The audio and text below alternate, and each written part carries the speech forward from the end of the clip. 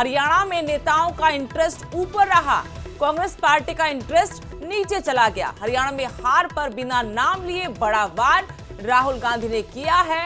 साफ शब्दों में कहा कि हरियाणा में नेताओं का इंटरेस्ट ऊपर रहा, कांग्रेस पार्टी का इंटरेस्ट नीचे चला गया।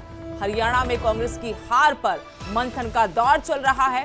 आज बैठक भी हुई पार्टी के राष्ट्रीय अध्यक्ष के साथ, राहुल गांधी खुद मौजूद थे, केसी वेणुगोपाल, अजय माकन, मंथन हुआ और एक फैक्ट फाइंडिंग कमेटी का गठन किया है। जो तमाम जो वहां नेता थे, प्रत्याशी थे, उनसे फीडबैक लेकर रिपोर्ट राष्ट्रीय अध्यक्ष के पास सौंपी जाएगी, भेज जाएगी। लेकिन ये जो बयान है राहुल गांधी का कि हरियाणा में नेताओं का इंटरेस्ट ऊपर रहा, कांग्रेस पार्टी का इंटरेस्ट नीचे चला गया, ये अपने आप में बड़ा बयान है। क्योंकि कांग्रेस में जिस तरह के चुनाव लड़ा जा रहा था, पूर्व से भूपेंद्र सिंह हुड्डा को फ्री हैंड दिया गया था और फ्री हैंड दिया गया था, इसमें आप समझ सकते हैं। कैप्टन अजय यादव को भी आप कुछ देर पहले सुन रहे थे कि बिना बहुमत का आंकड़ा छुए, बिना पार्टी के जीते आप कैसे अपने आप को सीएम प्रोजेक्ट कर सकते हैं, अपने आप को सीएम बता सकते हैं। उनका भी भूपेंद्र सिंह हुड्डा पर वार था, तो राहुल गांधी ने बिना नाम लिए कहीं ना कहीं भूपेंद्र सिंह हुड्डा पर सवाल खड़े किए।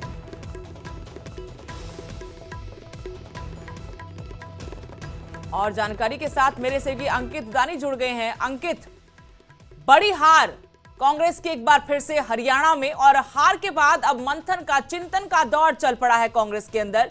राहुल गांधी के बयान से शुरुआत करते हैं। बिना नाम लिए कहा कि पार्टी के इंटरेस्ट से ज्यादा अपना इंटरेस्ट चला लोगों का, तो कहीं ना कहीं जो गुटबाजी थी उसको लेकर ये बड़ा हमला है अपने ही नेताओं पर। भूपेंद्र सिंह हुड्डा, कुमारी सैलजा अपनी अपनी मनमानी करते रहे और पार्टी को खामियाजा भुगतना पड़ गया।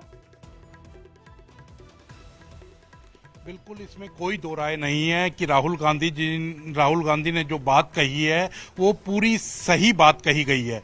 और उन्होंने यही कहा कि खुद का इंटरेस्ट हावी हो गया था और पार्टी का इंटरेस्ट पीछे छूट गया। और वही हमारे देखने में भी आया कि वो चाहे भूपेंद्र हुड्डा की बात करें, दीपेंद्र हुड्डा की बात करें, कुमारी शैलजा की बात करें, कैप्टन अजय यादव की बात करें, रणदीप सुरजेवाला की बात करें, सभी नेताओं का जो पार्टी सत्ता में आई नहीं है उससे पहले मुख्यमंत्री का इंटरेस्ट जताने लग गए कि हम मुख्यमंत्री बनेंगे, हम मुख्यमंत्री बनेंगे। तो कहीं ना कहीं ये बात बिल्कुल सही कही गई है राहुल गांधी के द्वारा। और अब जिस तरह की बैठकें हो रही है, तो अब हरियाणा में भी कहावत है और सभी जगह कहा जाता है कि सांप निकल गया और लाठी पीटते रहिए। तो आप बैठक पर बैठक करते रहिए, मंथन चिंतन करते रहिए, उससे क्या निकलना है। जब चुनाव तो निकल जा चुका है, चुनाव तो अब 5 साल के बाद आएगा, 5 साल के बाद आएगा, तो उसके लिए पार्टी को तैयार करिए। और वही हालांकि कोशिश ये की जा रही है, लेकिन कहीं ना कहीं जो अब आरोप प्रत्यारोप का दौर शुरू हो चुका है। कुमारी शैलजा को हमने देखा था कि वो भी कहती हुई नजर आई थी कि जो जिम्मेदार है उनके ऊपर कार्रवाई होनी चाहिए। अब कैप्टन अजय यादव कह रहे हैं कि जो जिम्मेदार है उनके ऊपर कार्रवाई होनी चाहिए, पूरी तरह से पार्टी को बदला जाना चाहिए, प्रदेश अध्यक्ष को बदला जाना चाहिए, सीएलपी नेता को बदला जाना चाहिए। तो कहीं ना कहीं पार्टी इस पर विचार भी जरूर कर रही होगी, क्योंकि पार्टी को एक दूसरे नए सिरे के अंदर ढालना बहुत जरूरी है। क्योंकि कार्यकर्ताओं के अंदर एक विश्वास अगर जगाना है, और वो बेशक 5 साल के बाद चुनाव आएगा, लेकिन कार्यकर्ताओं को संभाल कर रखना, कार्यकर्ताओं का की मान मनोबल करना, उनको एक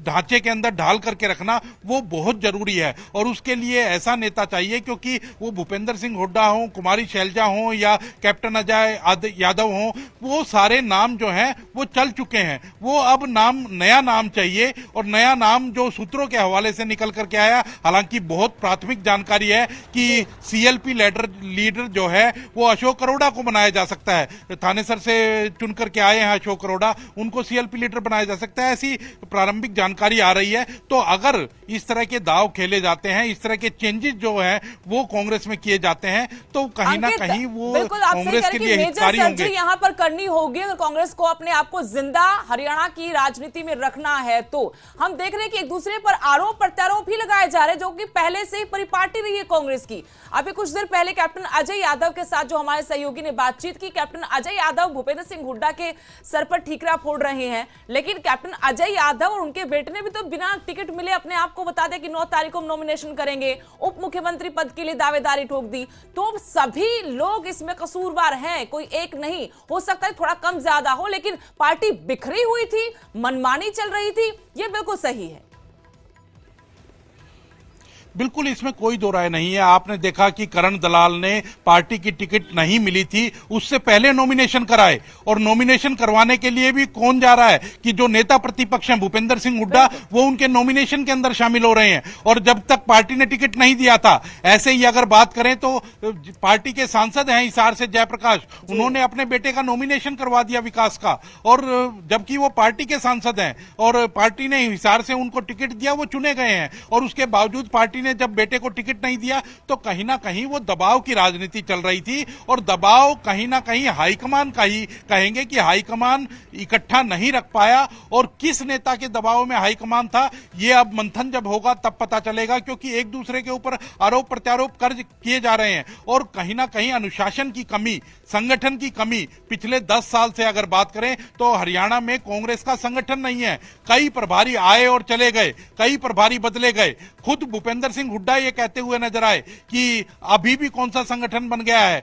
कि जब उदयभान प्रेसिडेंट बन गए हैं तब भी कौन सा संगठन बन गया है। जब एक इंटरव्यू में उनसे पूछा गया तो कि अशोक तंवर संगठन नहीं बना पाए, कुमारी शैलजा संगठन नहीं बना पाई, तो उन्होंने कहा कि अब कौन सा संगठन बन गया है, अभी भी उदयभान प्रेसिडेंट हैं। तो कहीं ना कहीं इसी के अंदर उलझ करके कांग्रेस पार्टी रह गई। और कांग्रेस पार्टी के नेताओं को अगर एक लाइन के अंदर कहा जाए तो 2019 के अंदर जब चुनाव हो रहा था तो उस समय लो कॉन्फिडेंस था, और 2019 में जो एक लहर चली थी और बीजेपी ने एक नारा दिया कि 75 पार, तो उस समय कांग्रेस के नेताओं को यह विश्वास ही नहीं हो पाया कि वो भी सत्ता में आ सकते हैं, जबकि वो सत्ता के नजदीक थे, लेकिन लो कॉन्फिडेंस था। और अब की अगर 2024 में उसकी व्याख्या की जाए तो ओवर कॉन्फिडेंस, कि उनको ये लग रहा था कि हम तो हर हाल में सत्ता में आ रहे हैं, कोई भी मुकाबले में है ही नहीं। तो वो ओवर कॉन्फिडेंस और लो कॉन्फिडेंस दोनों ही चीजों ने टिप्पणी की राहुल गांधी ने अंकित, उसमें जिस तरीके से कहा कि पार्टी का नहीं, पार्टी के इंटरेस्ट से ज्यादा नेताओं का इंटरेस्ट, इसको इस तरीके से समझा जा सकता है कि कैप्टन अजय यादव जो पूरी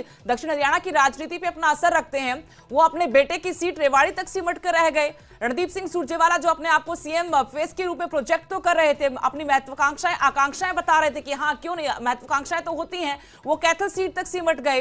तो और भूपेंद्र सिंह हुड्डा जरूर हम कह रहे कि फ्री हैंड उनको मिला हुआ था, वो चुनाव प्रचार में लगे हुए थे, लेकिन कुमारी शैलजा को साथ नहीं ला पाए। कुमारी शैलजा बाद चुनाव प्रचार में नजर आई, वो सिर्फ अपने समर्थकों जिनको वो टिकट दिला पाई उनके चुनाव प्रचार तक रही। तो अपने अपने घर को, अपने अपने धड़ों को, अपने अपने गढ़ को बचाने में लगे रहे, और पार्टी बिखर गई। और सत्ता में जो आने का सपना था, जो लग रहा था कि इस बार हवा है कांग्रेस की, लोग चाहते हैं कुछ उनसे, तो वहां छिटक गई जीत हाथ से। बिल्कुल इसमें कोई दो राय नहीं है कि जिस तरह के आरोप कैप्टन अजय यादव ने भी लगाए कि कुमारी शैलजा को हेलीकॉप्टर तक नहीं दिया गया, कि वो जब पूरे प्रदेश के अंदर प्रचार करने के लिए घूमना चाहती थी, जाना चाहती थी, तो उनको हेलीकॉप्टर तक उपलब्ध नहीं करवाया गया। तो वो काम तो प्रदेश कांग्रेस कमेटी का है, पीसीसी का है। अगर वो भी उपलब्ध नहीं करवाया जा रहा है तो आप देख सकते हैं कि गुटबाजी किस कदर थी और किस कदर वो एक दूसरे को रोकना चाहते थे। कुमारी शैलजा ने भी 12 तारीख के बाद हमने देखा कि सीधा वो 26 तारीख को प्रचार के लिए आई, और वो भी तब जब उनके नेता राहुल गांधी ने हरियाणा के अंदर कदम रखा और रैली करते हुए, और उस रैली के बाद भी वो असंध की रैली में तो नजर आई क्योंकि वहां से शमशेर सिंह गोगी उनके समर्थक चुनाव लड़ रहे थे, लेकिन वो बरवाला की रैली से वो भी गायब हो गई क्योंकि वहां से रामनिवास घोडेला को टिकट दिया गया था। तो वहां भी कुमारी शैलजा ने जाना उचित नहीं समझा। तो कहीं ना कहीं गुटबाजी जो कहें वो पूरी तरह से हावी थी, और हालांकि शब्दों में वो नकारते हुए नजर आए, लेकिन उसका बड़ा भारी नुकसान जो कह सकते हैं वो कांग्रेस पार्टी को उठाना पड़ा। जिस तरह से कांग्रेस के जो नेता हैं, कुमारी शैलजा के जो समर्थक हैं, उन्होंने ये आरोप भी लगाया कि जब जातिगत टिप्पणी उनके ऊपर की गई, बात करें नारनौंद की, तो वहां जो भूपेंद्र सिंह हुड्डा, दीपेंद्र सिंह हुड्डा, उन्होंने समय रहते उसको डिफेंड नहीं किया, उसके लिए सामने नहीं आए। 3-4 दिन ऐसे ही निकल गए उस जातिगत टिप्पणी को किए हुए, लेकिन उसके बाद भूपेंद्र हुड्डा कहें या दीपेंद्र हुड्डा कहें, वो मैदान के अंदर आए, और आने के बाद उन्होंने कहा कि कुमारी शैलजा हमारी बहन है और उनके साथ इस तरह की बदतमीजी वो बर्दाश्त नहीं करेंगे। आए जरूर, लेकिन लेट कर दिया, उससे पहले। जी अंकित, बहुत बहुत शुक्रिया तमाम जानकारी के लिए अंकित। तो अब मेजर सर्जरी होती है या नहीं, या फिर ऐसे आरोप प्रत्यारोप लगते रहेंगे, देखना होगा। फिलहाल के लिए शुक्रिया आपका। तो कांग्रेस में मंथन का दौर चल रहा है और राहुल गांधी ने बड़ी टिप्पणी की है, कहा हरियाणा में नेताओं का इंटरेस्ट ऊपर रहा, कांग्रेस पार्टी का इंटरेस्ट नीचे चला गया और हार गए हम। जीती हुई बाजी हम हार गए। राहुल गांधी की टिप्पणी बहुत मायने रखती है, क्योंकि बिखराव था, कांग्रेस में गुटबाजी थी, इसमें कोई दो राय नहीं है। कुमारी सैलजा की नाराजगी, 12 दिन तक चुनाव प्रचार से दूर रही, टिकट बंटवारे में जब नहीं चली, अपने ज्यादा समर्थकों को टिकट नहीं दिलवा पाई, और जब चुनाव प्रचार के लिए आई भी तो उस वक्त भी सिर्फ अपने समर्थकों के विधानसभा क्षेत्रों तक ही वो सीमित रही। रणदीप सिंह सुरजेवाला बड़े कद के नेता हैं, लेकिन कैथल सीट तक ही सिमट कर रह गए। और हम बात करते कैप्टन अजय यादव की, अपने बेटे चिरंजीव राव के लिए रेवाड़ी सीट पर सिमट कर रह गए। जयप्रकाश को हमने देखा कलायत की रणभूमि से बाहर ज्यादा निकल नहीं पाए, अपने बेटे की जीत सुनिश्चित करने के लिए पसीना बहाते रहे। तो कुल मिलाकर तस्वीर साफ है कि जिन पार्टी के नेताओं पर पार्टी को जीत दिलाने की बड़ी जिम्मेदारी थी, वो अपने अपने बच्चों की सियासी राजनीति को लेकर उलझे रहे, अपना गढ़ बचाने में लगे रहे, या फिर अपने बच्चों की जीत सुनिश्चित करने के लिए पसीना बहाते रहे। और यहां पर माहौल पूरा बदल गया। बीजेपी ने मोर्चा संभाला और जो हवा कांग्रेस की तरफ बह रही थी उसका रुख मोड़ दिया, और आज इतिहास रचते हुए तीसरी बार सरकार बनाने जा रही बीजेपी।